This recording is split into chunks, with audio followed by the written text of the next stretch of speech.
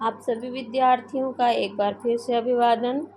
Net JRF की syllabus में लगी हुई अगली कहानी है फणीश्वर नाथ रेणु द्वारा लिखित मारे गए गुलफाम उर्फ तीसरी कसम। इस कहानी पर राज कपूर ने फिल्म भी बनाई है तीसरी कसम नाम से। और मेरा प्रयास ये है कि मैं जो भी सिलेबस में है उसे क्रमवार एक जगह व्यवस्थित रूप से लगा दूँ सब पे वीडियो बना करके। इसलिए जो भी विद्यार्थी सीरियस रूप से तैयारी कर रहे हैं या करना चाह रहे हैं, जिनके पास ज़्यादा धन नहीं है कि वो कोचिंग संस्थाओं में महंगी महंगी फ़ीस दे सके, वो लोग मेरे चैनल को सब्सक्राइब कर सकते हैं और यहाँ पर अपनी तैयारी कर सकते हैं। तो और जो भी प्रश्न हो आप मुझसे पूछ सकते हैं। जिस विषय पर आपको वीडियो चाहिए वो भी कमेंट सेक्शन में बता सकते हैं। तो चलिए बिना देर किए शुरू करते हैं कहानी तीसरी कसम। हीरामन गाड़ीवान की पीठ में गुदगुदी लगती है। पिछले 20 साल से गाड़ी हाँकता है हीरामन। बैलगाड़ी सीमा के उस पार मोरंग राज नेपाली से धान और लकड़ी ढो चुका है। कंट्रोल के ज़माने में चोर बाजारी का माल इस पार से उस पार पहुंचाया है, लेकिन कभी तो ऐसी गुदगुदी नहीं लगी पीठ में। कंट्रोल का ज़माना हीरामन कभी भूल सकता है? उस ज़माने को एक बार 4 खेप सीमेंट और कपड़े की गांठों से भरी गाड़ी जोगबानी में विराटनगर पहुंचने के बाद हीरामन का कलेजा पोख्ता हो गया था। फारबिसगंज का हर चोर व्यापारी उसको पक्का गाड़ीवान मानता। उसके बैलों की बड़ाई बड़ी गद्दी और बड़े सेठ जी खुद करते हैं। अपनी भाषा में गाड़ी पकड़ी गई 5वीं बार सीमा के इस पार तराई में। महाजन का मुनीम उसी की गाड़ी पर गांठों के बीच चुक्की मुक्की लगाकर छिपा हुआ था। दारोगा साहब की 1.5 हाथ लंबी चोरबत्ती की रोशनी कितनी तेज होती है हीरामन जानता है। 1 घंटे के लिए आदमी अंधा हो जाता है। एक छटक भी पड़ जाए आंखों पर। रोशनी के साथ कड़कती हुई आवाज़, ए गाड़ी रोको, साले गोली मार देंगे। 20 गाड़ियां एक साथ कचकचा कर रुक गई। हीरामन ने पहले ही कहा था यह 20 बिसवाएगा। दरोगा साहब उसकी गाड़ी में दुबके हुए मुनीम जी पर रोशनी डालकर पिशाची हंसी हंसे। हा हा हा मुनीम जी ई ए साला गाड़ीवान, मुंह क्या देखता है? कंबल हटाओ इस बोरे के मुंह पर से। हाथ की छोटी लाठी से मुनीम जी के पेट में खोचा मारते हुए कहा, इस बोरे को। बहुत पुरानी अखज अदावत होगी दारोगा साहब और मुनीम जी में, नहीं तो उतना रुपया कबूलने पर भी पुलिस दरोगा का मन न डोले भला। 4,000 तो गाड़ी पर बैठा ही दे रहा है। लाठी से दूसरी बार खोचा मारा दरोगा ने। 5,000 फिर खोचा, उतरो पहले। मुनीम को गाड़ी से नीचे उतार कर दरोगा ने उसकी आंख पर रोशनी डाल दी। फिर 2 सिपाहियों के साथ सड़क से 20-25 रस्सी दूर झड़ी के पास ले गए। गाड़ीवान और गाड़ियों पर 5-5 बंदूक वाले सिपाहियों का पहरा। हीरामन समझ गया इस बार निस्तार नहीं, जेल। हीरामन को जेल का डर नहीं, लेकिन उसके बैल न जाने कितने दिनों तक बिना चारा पानी के सरकारी फाटक में पड़े रहेंगे, भूखे प्यासे, फिर नीलाम हो जाएंगे। भैया और भाभी को वह मुंह नहीं दिखा सकेगा। नीलाम की बोली उसके कानों के पास गूंज गई। 1 2 3 दरोगा और मुनीम में बात नहीं पट नहीं रही थी शायद। हीरामन की गाड़ी के पास तैनात सिपाही ने अपनी भाषा में दूसरे सिपाही से धीमी आवाज में पूछा, का हो मामला गोल होखी का? फिर खानी तंबाकू देने के बहाने उस सिपाही के पास चला गया। 1 2 3 3-4 गाड़ियों की आड़ हीरामन ने फैसला कर लिया। उसने धीरे से अपने बैलों के गले की रस्सियां खोल ली। गाड़ी पर बैठे बैठे दोनों को जुड़वा बांध दिया। बैल समझ गए उन्हें क्या करना है। हीरामन उतरा। जुती हुई गाड़ी में बांस की टिक्की लगाकर बैलों के कंधों को बेला किया। दोनों के कानों के पास गुदगुदी लगा दी और मन ही मन बोला, चलो भाई, यह जान बचेगी तो ऐसी सग्गड़ गाड़ी बहुत मिलेगी। 1 2 3 9 2 11। गाड़ियों की आड़ में सड़क के किनारे दूर तक घनी झाड़ी फैली थी। दम साध कर तीनों प्राणियों ने झाड़ी को पार किया। बेखटक बेआहट, फिर 1 ले 2 ले दूल की चाल। दोनों बैल सीना तान कर फिर तराई के घने जंगलों में घुस गए। राह सूंघते नदी नाला पार करते हुए भागे, पूछ उठाकर पीछे पीछे हीरामन। रात भर भाग रहे थे तीनों जना। घर पहुंचकर 2 दिन तक बेसुध पड़ा रहा हीरामन। होश में आते उसने कान पकड़कर कसम खाई, अब कभी ऐसी चीजों की लदनी नहीं ला देंगे। चोर बाजारी का माल, तौबा तौबा। पता नहीं मुनीम जी का क्या हुआ, भगवान जाने उसकी सगड़ गाड़ी का क्या हुआ। असली इस्पात लोहे की दूरी थी, दोनों पहिए तो नहीं, एक पहिया एकदम नया था। गाड़ी में रंगीन डोरियों के फुदने बड़े जतन से गूंथे गए थे। 2 कस्में खाई उसने, एक चोर बाजारी का माल नहीं ला देंगे, दूसरी बास अपने हर भाड़ेदार से वो पहले ही पूछ लेता चोरी चमारी वाली चीज तो नहीं। और बास बास लादने के लिए 50 रुपए भी कोई दे तो हीरामन की गाड़ी नहीं मिलेगी, दूसरे की गाड़ी देखे। बास लदी हुई गाड़ी, गाड़ी से 4 हाथ आगे बास का अगुआ निकला रहता और पीछे की ओर 4 हाथ पिछुआ। काबू के बाहर रहती है गाड़ी हमेशा, सो बेकाबू है लदनी और खरैया शहर वाली बात। इस पर बास का अगुआ, पकड़ कर चलने वाला भाड़ेदार का महाभकुआ नौकर। लड़की स्कूल की ओर देखने लगा, बस मोड़ पर घोड़ा गाड़ी से टक्कर हो गई। जब तक हीरामन बैलों की रस्सी खींचे तब तक घोड़ा गाड़ी की छतरी बास के अगुआ में फंस गई। घोड़ा गाड़ी वाले ने तड़ातड़ चाबुक मारते हुए गाली दी थी, बस बास की लदनी नहीं, हीरामन ने खरहिया शहर की लदनी भी छोड़ दी। और जब फारबिसगंज के से मोरंग का भाड़ा ढोना शुरू किया तो गाड़ी ही पार। कई वर्षों तक हीरामन ने बैलों को आधीदारी पर जोता, आधा भाड़ा गाड़ी वाले का और आधा बैल वाले का हिस्सा। गाड़ी वानी करो, मुफ्त आधीदारी की कमाई से बैलों के ही पेट नहीं भरते। पिछले साल ही उसने अपनी गाड़ी बनवाई है। देवी मैया भला करे उस सर्कस कंपनी के बाघ का, जिसने पिछले साल इसी मेले में बाघ गाड़ी को ढोने वाले दोनों घोड़े मर गए। चंपानगर से फारबिसगंज मेला आने के समय सर्कस कंपनी के मैनेजर ने गाड़ीवान पट्टी में ऐलान करके कहा 100 रुपया भाड़ा मिलेगा। 1-2 गाड़ीवान राजी हुए, लेकिन उनके बैल बाघ गाड़ी से 10 हाथ दूर ही डर से डिकरने लगे और रस्सी तुड़ाकर भागे। हीरामन ने अपने बैलों की पीठ चलाते हुए कहा, देखो भैया, ऐसा मौका फिर न हाथ आएगा। यही मौका अपनी गाड़ी बनवाने का, नहीं तो फिर आधेदारी। अरे पिंजड़े में बंद बाघ का क्या डर, मोरंग की तराई में दहाड़ते हुए बाघों को तो देख ही चुके हो, फिर पीठ पर मैं तो हूँ। गाड़ीवानों के दल में तालियां पटपटा उठी थी। एक साथ सभी की लाज रख ली। हीरामन के बैलों ने हुक्म कर आगे बढ़ गए, बाघ गाड़ी में जुट गए। एक एक करके सिर्फ दाहिने बैल ने जुटने के बाद ढेर सा पेशाब किया। हीरामन ने 2 दिन तक नाक से कपड़े की पट्टी नहीं खोली थी। बड़ी गद्दी और बड़े सेठ जी की तरह नकबंधन लगाए बिना बघाइन गंध बर्दाश्त नहीं कर सकता कोई। बाघ गाड़ी की गाड़ीवानी की है हीरामन ने, कभी ऐसी गुदगुदी नहीं लगी पीठ में। आज रह रहकर उसकी गाड़ी में चंपा का फूल महक उठता है। पीठ में गुदगुदी लगने पर वह अंगोछे से पीठ झाड़ लेता है। हीरामन को लगता है 2 वर्ष से चंपानगर मेले की भगवती मैया उस पर प्रसन्न है। पिछले साल बाघ गाड़ी जुट गई। नगद 100 रुपये भाड़े के अलावा बुताद, चाह, बिस्कुट और रास्ते भर बंदर, भालू और जोकर का तमाशा देखा, सो फोकट में। और इस बार यह जनानी सवारी औरत है या चंपा का फूल, जब से गाड़ी में हम मह महक रही है। कच्ची सड़क के छोटे से खड्ड में गाड़ी का दाहिना पहिया बेमौके हिचकोले खा गया। हीरामन की गाड़ी से एक बार हल्की सी सिस की आवाज आई। हीरामन ने दाहिने बैल को दुआली से पीटे कहा, साला क्या समझता है, बोरे की लदनी है क्या? मारो मत। अनदेखी औरत की आवाज़ ने हीरामन को अचरज में डाल दिया। बच्चों की बोली जैसी महीन फेनू गिलासी बोली। मथुरा मोहन टोटंकी कंपनी में लैला बनने वाली हीराबाई का नाम किसने नहीं सुना होगा भला। लेकिन हीरामन की बात निराली। उसने 7 साल तक लगातार मेलों की लदनी लागी दी है, कभी नौटंकी थिएटर या बायोस्कोप सिनेमा नहीं देखा। लैला या हीराबाई का नाम भी उसने नहीं सुना कभी। देखने की क्या बात। सो मेला टूटने के 15 दिन पहले आधी रात की बेला में काली ओढ़नी में लिपटी औरत को देखकर उसके मन में खटका अवश्य लगा था। बक्सा ढोने वाले नौकर ने गाड़ी भाड़ा में मोल मुलाई करने की कोशिश की तो ओढ़नी वाली ने सिर हिलाकर मना कर दिया। हीरामन ने गाड़ी जोते हुए नौकर से पूछा, क्यों भैया, कोई चोरी चमारी का माल वाल तो नहीं? हीरामन को फिर अचरज हुआ। बक्सा ढोने वाले आदमी ने हाथ के इशारे से गाड़ी हाँकने को कहा।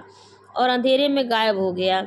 हीरामन को मेले में तंबाकू बेचने वाली बूढ़ी की काली साड़ी की याद आई थी।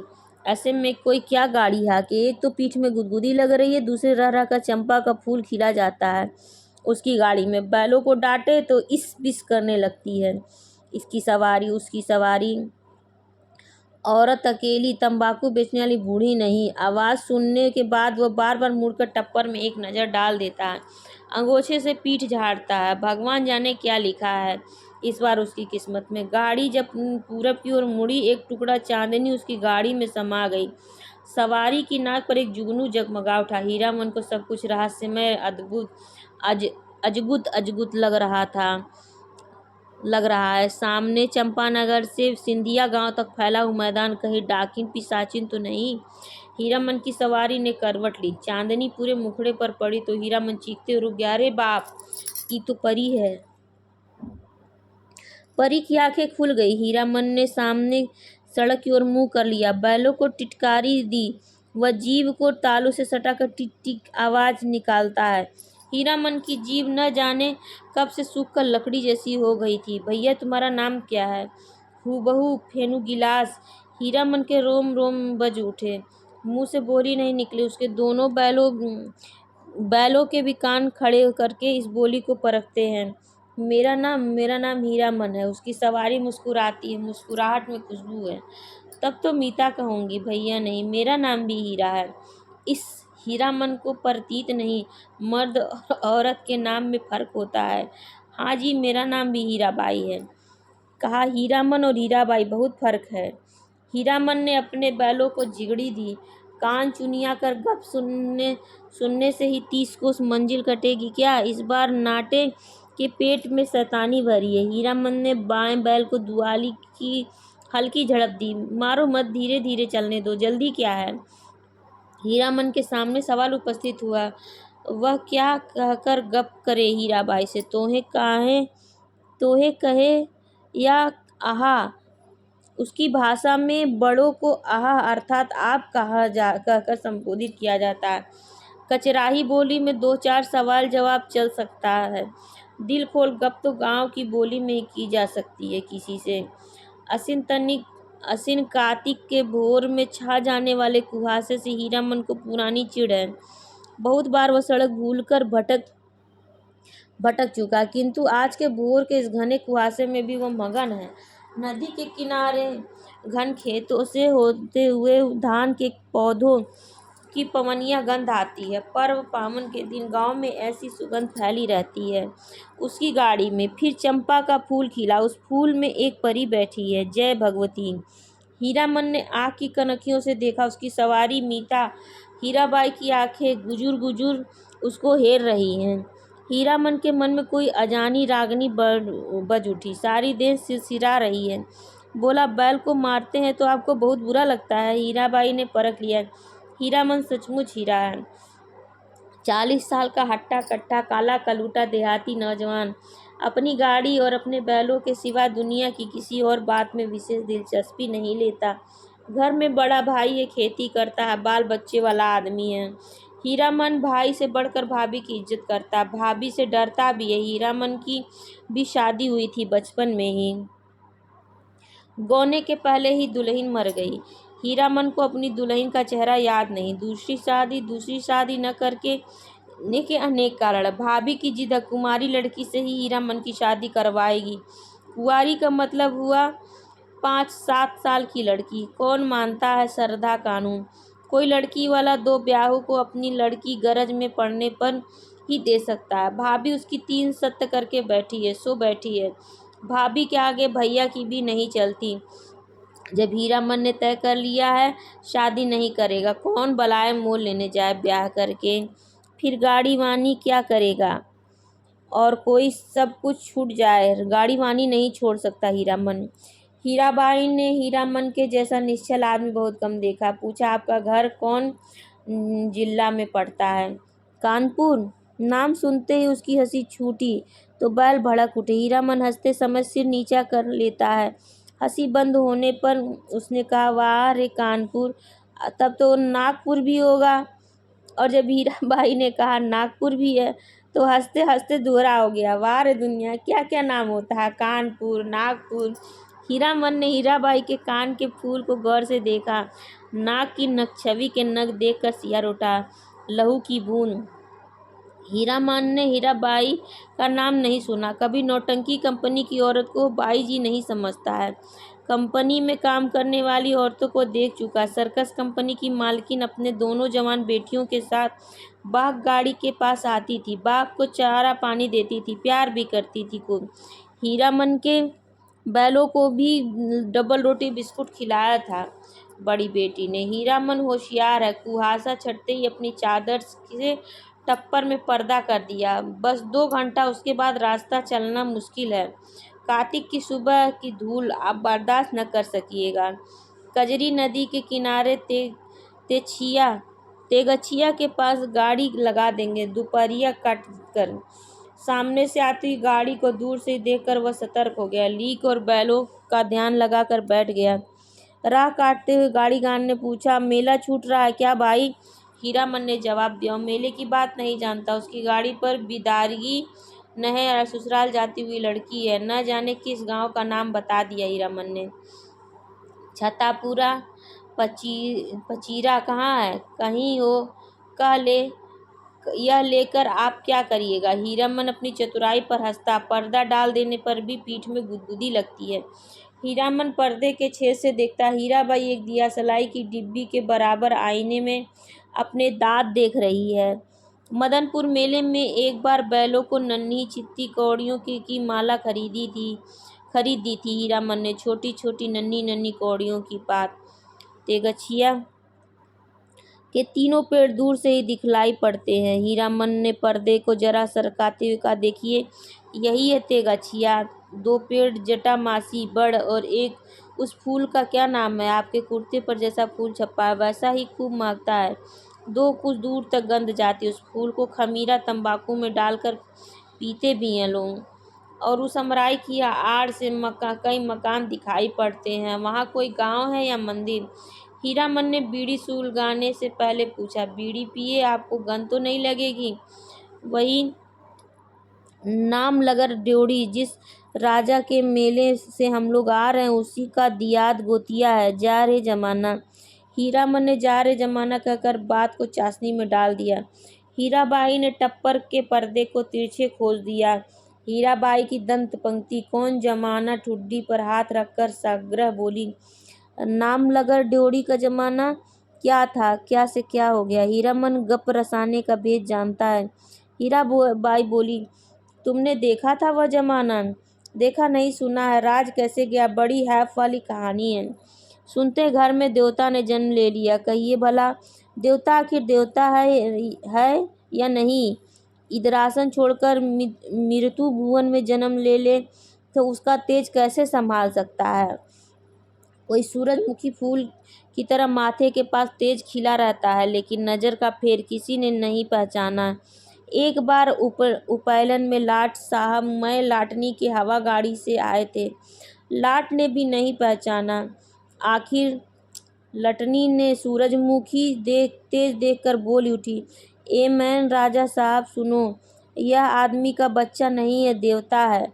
हीरामन ने लाठी की बोली नकल उतारते हुए समय खूब डैम फैट लैट किया। हीराबाई दिल खोल कर हंसी। हंसे हंसे उसे सारी देह दुलकती है। हीराबाई ने अपनी ओढ़नी ठीक कर ली। तब हीरामन को लगा तब कि उसके बाद क्या हुआ। मीता, इस कथा सुनाने का बड़ा शौक है आपको, लेकिन कथा सुनने का बड़ा शौक है आपको, लेकिन काला आदमी राज क्या महाराज भी हो जाए तो रहेगा काला ही आदमी ही। साहब के जैसे अक्ल कहाँ से पाएगा? हंसकर बात उड़ा दी सभी ने। तब रानी को बार बार सपना देने लगा देवता, सेवा नहीं कर सकते तो जाने दो, नहीं रहेंगे तुम्हारे यहाँ। इसके बाद देवता का खेल शुरू हुआ। सबसे पहले दोनों दांतार हाथी मरे, फिर घोड़ा, फिर पटपटांग। पटपटांग क्या? हीरामन का मन पल पल में बदल रहा है। मन में सतरंगा छाता धीरे धीरे खिल रहा है। उसको लगता है उसकी गाड़ी पर देवकुल की औरत सवार है। देवता आखिर देवता है। पटपटांग धन दौलत माल मवेशी सब साफ। देवता इंद्रासन चला गया। हीराबाई ने ओझल होते हुए मंदिर के कगूरे की ओर देखकर लंबी सांस ली। लेकिन देवता ने जाते जाते कहा, इस राज में कभी एक छोड़कर दो बेटा नहीं होगा। धन हम अपने साथ ले जा रहे हैं, गुण छोड़ जाते हैं। देवता के साथ सभी देवी चले गए, सिर्फ सरस्वती मैया रह गई। उसी का मंदिर है। देसी घोड़े पर पाट के बोझ लदे हुए बनियों को आते देखकर हीरामन ने टप्पर के पर्दे को गिरा दिया। बैलों को ललकार कर विदेशिया नाच का वंदना गीत गाने लगा। जय मैया सरस्वती आज करत बानी, हमरा पर जो होखू सहाय है मैया, हमरा पर होखू सहाय। घोड़ लदे बनियों से हीरामन ने हुलस कर पूछा, क्या भाव पटुआ खरीदते हैं महाजन? लंगड़े घोड़े वाले बनिए ने बटमंगनी जवाब दिया, नीचे 27-28 रुपये, ऊपर 30, जैसा माल वैसा भाव। जवान बनिए ने पूछा, मेले का क्या हाल है भाई?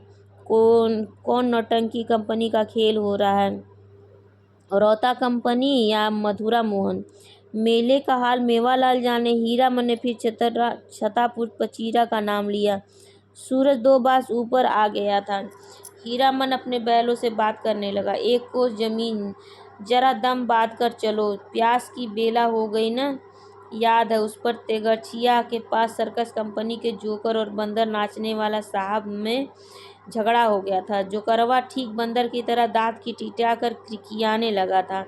न जाने किस किस देश मुल्क के आदमी आते हैं। हीरामन ने फिर पर्दे के छेद से देखा। हीराबाई एक कागज के टुकड़े पर आग गड़ाकर बैठी है। हीरामन का मन आज हल्के सुर में बंधा है। उसको तरह तरह के गीतों की याद आती है। 20-25 साल पहले विदेशिया बलवाही छोकरा नाचने वाले उस एक से एक गजल खेमटा गाते थे। अब तो भोपा भोपू करके कौन गीत गाते हैं लोग। जा रे जमाना छोकरा नाच के गीत की याद आई हीरामन को। सजनवा बैरी हो गए हमारो सजनवा, अरे चिठिया हो तो सब कोई बाचे, चिठिया हो तो हाय करम्मा हो ए करम्मा। गाड़ी की बल्ली पर उंगलियों से ताल देकर गीत को काट दिया हीरामन ने। छोकरा नाच के मनुआ नटुआ का मुंह हीराबाई जैसा ही था। कहाँ चला गया वह जमाना? हर महीने गांव में नाचने वाले आते थे। हीरामन ने छोकरा नाच के चलते अपनी भाभी की न जाने कितनी बोली ठोली सुनी थी। भाई ने घर से निकाल जाने को कहा था। आज हीरामन पर माँ सरस्वती सहाय है। लगता हीराबाई बोली, वाह कितना बढ़िया गाते हो तुम। हीरामन का मुंह लाल हो गया। वह सिर नीचा करके हंसने लगा। आज तेगछिया पर रहने वाले महावीर स्वामी भी सहाय हैं हीरामन पर। तेगछिया के नीचे एक भी गाड़ी नहीं, हमेशा गाड़ीवानों की भीड़ लगी रहती है। यहाँ सिर्फ एक साइकिल वाला बैठकर सुस्ता रहा। महावीर स्वामी को सुमर कर हीरामन ने गाड़ी रोकी। हीराबाई पर्दा हटाने हीरामन ने पहली बार आंखों की बात की हीराबाई से। साइकिल वाला इधर ही टकटकी लगाकर देख रहा। बैलों को खोलने के पहले बांस की टिकटी लगाकर गाड़ी को टिका दिया। फिर साइकिल वाले की ओर बार बार घूरते हुए पूछा, कहाँ जाना है? मेला कहाँ से आ रहे हो? बिशनपुर से। बस इतनी ही दूर में थस कर थक गए? जा रे जवानी। साइकिल वाला दुबला पतला नौजवान मिनमिना कर कुछ बोला और बीड़ी सुलगा कर उठ खड़ा हुआ। हीरामन दुनिया भर की निगाह से बचाकर रखना चाहता हीराबाई को। उसने चारों ओर नजर दौड़ाकर देख लिया, कहीं कोई गाड़ी या घोड़ा नहीं। कजरी नदी की दुबली पतली धारा तेगछिया के पास आकर पूरब की ओर मुड़ गई। हीराबाई पानी में बैठी हुई भैंसों और उनकी पीठ पर बैठे हुए बगुलों को देखती रही। हीरामन बोला, जाइए घाट पर मुंह हाथ धो आइए। हीराबाई गाड़ी से नीचे उतरी। हीरामन का कलेजा धड़क उठा। नहीं, पाँव सीधे हैं, टेढ़े नहीं। लेकिन तलुआ इतना लाल क्यों है? हीराबाई घाट की ओर चली गई। गांव की बहू बेटी की तरह सिर नीचा करके धीरे धीरे। कौन कहेगा कि कंपनी की औरत है? औरत नहीं, लड़की, शायद कुमारी ही है। हीरामन टिकटी पर टिकी गाड़ी पर बैठ गया। उसने टप्पर में जाकर देखा। एक बार इधर उधर देखकर हीराबाई के तकिए पर हाथ रख दिया। फिर तकिए पर केहूनी डालकर झुकता गया। खुशबू उसकी देह में समा गई। तकिए के गिलाफ पर खड़े हुए फूल को उंगलियों से छूकर उसने सूंघा। हाय रे हाय, इतनी सुगंध! हीरामन को लगा एक साथ 5 चिलम गांजा फूंक कर वह उठा है। हीराबाई के छोटे आईने में उसने अपना मुंह देखा। आंखें उसकी इतनी लाल क्यों हैं? हीराबाई लौट कर आई तो उसने हंसकर कहा, अब आप गाड़ी का पहिया दीजिए, मैं आता हूँ। आप गाड़ी का पहरा दीजिए, मैं आता हूँ। तुरंत हीरामन ने अपना सफरी झोले सजी हुई गंजी निकाली, गमछा झाड़कर कंधे पर लिया, हाथ में बाल्टी लटकाकर चला। उसके बैलों ने बारी बारी से हुक हुक करके कुछ कहा। हीरामन ने जाते जाते उलट कर कहा, हाँ हाँ, प्यास लगी है सभी को, लौट कर आता हूँ तो घास दूंगा, बदमाशी मत करो। बैलों ने कान हिलाए। नहा धोकर कब लौटा हीरामन, हीराबाई को नहीं मालूम। कजरी की धारा को देखते देखते उसकी आंखों में रात की उचटी हुई नींद लौट आई थी। हीरामन पास के गांव से जलपान के लिए दही चूड़ा चीनी ले आया है। उठिए, नींद तोड़िए, 2 मुट्ठी जलपान कर लीजिए। हीराबाई आँख खोलकर अचरज में पड़ गई। एक हाथ में मिट्टी के नए बर्तन में दही, केले के पत्ते, दूसरे हाथ में बाल्टी भर पानी, आंखों में आत्मीयतापूर्ण अनुरोध। इतनी चीजें कहाँ से ले आए? इसी गांव का दही नामी है, वह चाह तो फारबिसगंज जाकर ही पाइएगा। हीरामन की देह की गुदगुदी मिट गई। हीराबाई ने कहा, तुम भी पत्तल बिछाओ। क्यों, तुम नहीं खाओगे? तुम नहीं खाओगे तो समेट कर रख लो अपनी झोली में, मैं भी नहीं खाऊंगी। इस हीरामन लजाकर बोला, अच्छी बात, आप खा लीजिए पहले। पहले पीछे क्या, तुम भी बैठो। हीरामन का जी जुड़ गया। हीराबाई ने अपने हाथ से उसका पत्तल बिछा दिया, पानी छीट दिया, चूड़ा निकाल कर दिया। इस धन्य है धन्य। हीरामन ने देखा भगवती मैया भोग लगा रही हैं। लाल होठों पर गोरस का परस। पहाड़ी तोते को दूध भात खाते देखा है। दिन ढल गया। टप्पर में सोई हीराबाई और जमीन पर दरी बिछाकर सोए हीरामन की नींद ही एक साथ ही खुली। मेले की ओर जाने वाली गाड़ियां तेगछिया के पास रुकी हैं। बच्चे कचर पचर कर रहे हैं। हीरामन हड़बड़ा कर उठा। टप्पर के अंदर झाँक कर इशारे कहा, दिन ढल गया। गाड़ी में बैलों को जोतते समय उसने गाड़ी वालों के सवालों का कोई जवाब नहीं दिया। गाड़ी हाँकते हुए बोला, सिरपुर बाजार के अस्पताल की डॉक्टरनी है, रोगी देखने जा रही है, पास ही कुड़मा गांव। हीराबाई छतरपुर पचीरा का नाम भूल गई। गाड़ी जब कुछ दूर आगे बढ़ गई तो उसने हंसकर पूछा, पत्तापुर छपीरा? हंसते हंसते पेट में बल पड़ जाए। हीरामन ने पत्तापुर छपीरा, हाँ हाँ, वे लोग छतरपुर पचीरा के ही गाड़ीवान थे, उनसे कैसे कहता ही। हीराबाई मुस्कुराती हुई गांव की ओर देखने लगी। सड़क तेगछिया गांव के बीच से निकलती है। गांव के बच्चों ने पर्दे वाली गाड़ी देखी और तालियां बजा बजा कर रटी हुई पंक्तियां दुहराने लगे। लाली लाली डोलिया में लाली रे दुल्हनिया पान खाए। हीरामन हंसा। दुल्हनिया लाली लाली डोलिया, दुल्हनिया पान खाती है, दुल्हा पगड़ी में मुंह पोंछती है। ओ दुल्हनिया, तेगछिया गांव के बच्चों को याद आया, लौटती बेर गुड़ का लड्डू लेती अइयो, लाख बरिस तेरा दुल्हा जिए। कितने दिनों का हौसला पूरा हुआ हीरामन का। ऐसे कितने सपने देखे हैं उसने। वह अपनी दुल्हन को लेकर लौट रहा है। हर गांव के बच्चे तालियां बजाकर गा रहे हैं। हर आंगन से झांक कर देख रही हैं औरतें। मर्द लोग पूछते हैं, कहाँ की गाड़ी है, कहाँ जाएगी उसकी दुल्हन। डोली का पर्दा थोड़ा सरका कर देखती है। और भी कितने सपने। गांव से बाहर निकलकर उसने कनखियों से टप्पर के अंदर देखा। हीराबाई कुछ सोच रही है। हीरामन भी किसी सोच में पड़ गया। थोड़ी देर बाद वह गुनगुनाने लगा, सजन रे झूठ मत बोलो, खुदा के पास जाना है। हाथी नहीं घोड़ा नहीं गाड़ी, वहाँ पैदल ही जाना है सजन रे। हीराबाई ने पूछा, क्यों मीता, तुम्हारी अपनी बोली में कोई गीत नहीं क्या? हीरामन अब बेखटक हीराबाई की आंखों में आंखें डालकर बात करता है। कंपनी की औरत भी ऐसी होती है। सर्कस कंपनी की मालकिन मेम थी, लेकिन हीराबाई गांव की बोली में गीत सुनना चाहती है।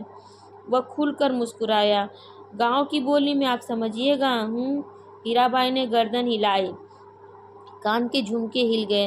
हीरामन कुछ देर तक बैलों को हाँकता रहा चुपचाप, फिर बोला, गीत जरूर ही सुनिएगा, नहीं मानिएगा। इस इतना शौक गाँव का गीत सुनने का है आपको, तबलीग छोड़नी होगी। चालू रास्ते में कैसे गीत गा सकता है कोई। हीरामन ने बाएं बैल की रस्सी खींचकर दाहिने की ओर लीक से बाहर किया और बोला, हरिपुर होकर ही नहीं जाएंगे।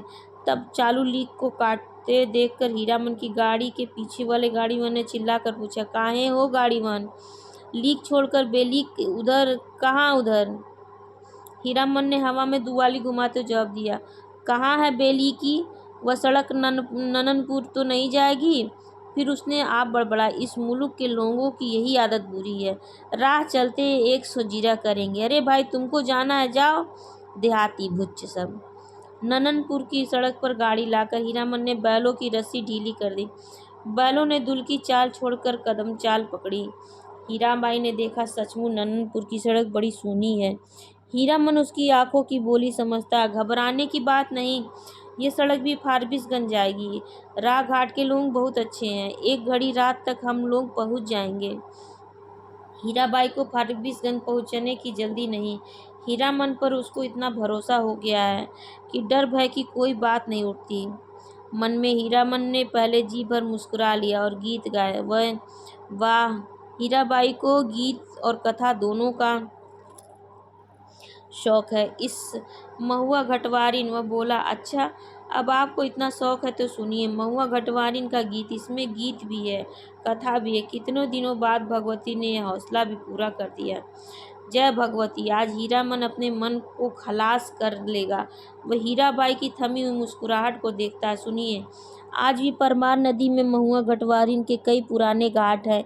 इसी मुल्क की थी महुआ, थी तो घटवारिन, लेकिन 100 सतवंती में एक थी। उसका बाप दारू ताड़ी पीकर दिन रात बेहोश पड़ा रहता। उसकी सौतेली माँ साक्षात रकसनी, बहुत बड़ी नज़र चालाक, रात में गांजा दारू अफीम चुरा कर बेचने वालों से लेकर तरह तरह के लोगों से उसकी जान पहचान थी। सबसे घुट्टा भर हेल मेल महुआ कुमारी थी, लेकिन काम कराते कराते उसकी हड्डी निकाल दी थी रकसनी ने। जवान हो गई, कहीं शादी ब्याह की बात नहीं चलाई। एक रात की बात सुनिए। हीरामन ने धीरे धीरे गुनगुना कर गला साफ किया। ए सवना भदवा के रऊ उमड़ल नदिया गे मयो गैरिनी भयावनी है, तड़का तड़के धड़के करेजा आओ मोरा, कि हमहू जे बार नानी रे। ओ माँ, सावन भादों की उमड़ी हुई नदी, भयावनी रात, बिजली कड़कती है। मैं बारीक वारी नन्ही बच्ची, मेरा कलेजा धड़कता है। अकेली कैसे जाऊं घाट पर, सो भी परदेसी राही बटोही के पैर में तेल लगाने के लिए। सत माँ ने अपनी बज्जर की वाड़ी बंद कर ली। आसमान में मेघ हड़बड़ा उठे और हरहरा कर वर्षा होने लगी। महुआ रोने लगी अपनी माँ को याद करके। आज उसकी माँ रहती तो ऐसे दुरहीन में कलेजे से सटा कर रखती अपने महुआ बेटी को। गे मैया, इसी दिन के लिए दिखाने के लिए तुमने कोख में रखा था। महुआ अपनी माँ पर गुस्साई, क्यों वह अकेली मेरे जी को भर कर कोसती हुई बोली, क्यों वो अकेली मर गई। जी भरकर कोसती हुई बोली। हीरामन ने लक्ष्य किया। हीराबाई तकिए पर केहूनी गड़ाकर गीत में मगन एकटक उसी ओर देख रही थी, खोई हुई। हीरामन ने गले में कंपकपी पैदा करी। हूँ रे डैनिया मैयो मोरी, नोनवा चटाई काहे नाही मारली सौरिया, एही दिनवा खातिर छिनरो धिया, तेहू पोसली नेनू की नेनू दूध उगटन। हीरामन ने दम लेते हुए पूछा, भाखा भी समझती है या कुछ खाली गीत ही सुनती है। हीरा बोली, समझती हो। उगटन माने उपटन, जो देह में लगाते। हीरामन ने विस्मित होकर कहा, इस सो रोने धोने से क्या होए, सौदागर ने पूरा दाम चुका दिया था। महुआ का बाल पकड़कर घसीटता हुआ नाव पर चढ़ा और माझी को हुक्म दिया, नाव खोलो, पाल बांधो। पाल वाली नाव परवाली चिड़िया की तरह उड़ गई। रात भर महुआ रोती छिटकती रही। सौदागर के नौकरों ने बहुत डराया धमकाया, छुप रहो नहीं तो उठाकर पानी में फेंक देंगे। बस महुआ को बात सूझ गई। भोर का तारा मेघ की आड़ से जान जरा बाहर आया, फिर छिपकर इधर उधर महुआ भी छपाक से कूद पड़ी पानी में। सौदागर का एक नौकर महुआ को देखते ही मोहित हो गया था। महुआ की पीठ पर वह भी कूदा। उल्टी धारा में तैरना खेल नहीं, सो भी भारी भादों की नदी में महुआ असत घटवारिन की बेटी थी। मछली भी भला थकती है पानी में। सफरी मछली जैसी फरफराती पानी चीरती भागी चली जा रही है। उसके पीछे सौदागर का नौकर पुकार पुकार के कहता, महुआ जरा थमो, तुम्हें तुम्हें पकड़ने नहीं आ रहा, तुम्हारा साथी हूँ, जिंदगी भर साथ रहेंगे हम लोग। लेकिन हीरामन बहुत प्रिय गीत है यह। महुआ घटवारिन गाते समय उसके सामने सावन भादों की नदी उमड़ने लगती है। अमावस्या की रात और घने बादलों में रह रहकर बिजली चमक उठती है। उसी चमक में लहरों से लड़ती हुई बारी कुमारी महुआ की झलक उसे मिल जाती है। सफरी मछली की चाल और तेज हो जाती है। उसको लगता है वह खुद सौदागर का नौकर है। महुआ कोई बात नहीं सुनती, प्रतीत करती नहीं, उलट कर देखती भी नहीं, और वह थक गया है तैरते तैरते। इस बार लगता महुआ ने अपने को पकड़ा दिया, खुद ही पकड़ में आ गई। उसने महुआ को छू लिया, पा लिया है। उसकी थकन दूर हो गई। 15-20 साल तक उमड़ी हुई नदी की उल्टी धारा में तैरते हुए उसके मन को किनारा मिल गया। आनंद के आंसू भी कोई भी रोक नहीं मानते। उसने हीराबाई से अपनी गीली आंखें चुराने की कोशिश की, किंतु हीरा तो उसके मन में बैठी न जाने कब से सब कुछ देख रही थी। हीरामन ने अपनी कांपती हुई बोली को काबू में लाकर बैलों को झिड़की दी। इस गीत में न जाने क्या है, सुनते ही दोनों थसा जाते हैं। लगता है 100 मन बोझ लाद दिया है किसी ने। हीराबाई लंबी सांस लेती है। हीरामन के अंग अंग में उमंग समा जाती है। तुम तो उस्ताद हो मीता। इस आश्विन कार्तिक का सूरज 2 दिन पहले ही कुमला जाता है। सूरज डूबने से पहले ही नननपुर पहुंचना है। हीरामन अपने बैलों को समझा रहा, कदम खोलकर और कलेजा बांध कर चलो। ए छी छी करके बढ़ के भैयन ले ले। नननपुर तक वो अपने बैलों को ललकारता रहा। हर ललकार के पहले अपने बैलों को बीती हुई बातों की याद दिलाता। याद नहीं चौधरी की बेटी की बारात में कितनी गाड़ियां थी, सबको कैसे मात किया था। हाँ, वह कदम निकालो, ले ले। नननपुर की परबिसगंज 3 कोस 2 घंटे और। तो मैं इस कहानी को अभी रोकती हूँ यहीं पर, और इसका दूसरा भाग भी बनाऊंगी, क्योंकि काफ़ी लंबी कहानी है, एक वीडियो में अपलोड करने में दिक्कत होगी। आप लोगों के जो भी प्रश्न हो आप कमेंट सेक्शन में पूछ सकते हैं, और ये कहानियाँ प्लेलिस्ट में लगी हुई हैं, आप वहाँ पर एक साथ इन्हें सुन सकते हैं और इसके आधार पर अपने नोट्स बना सकते हैं। धन्यवाद।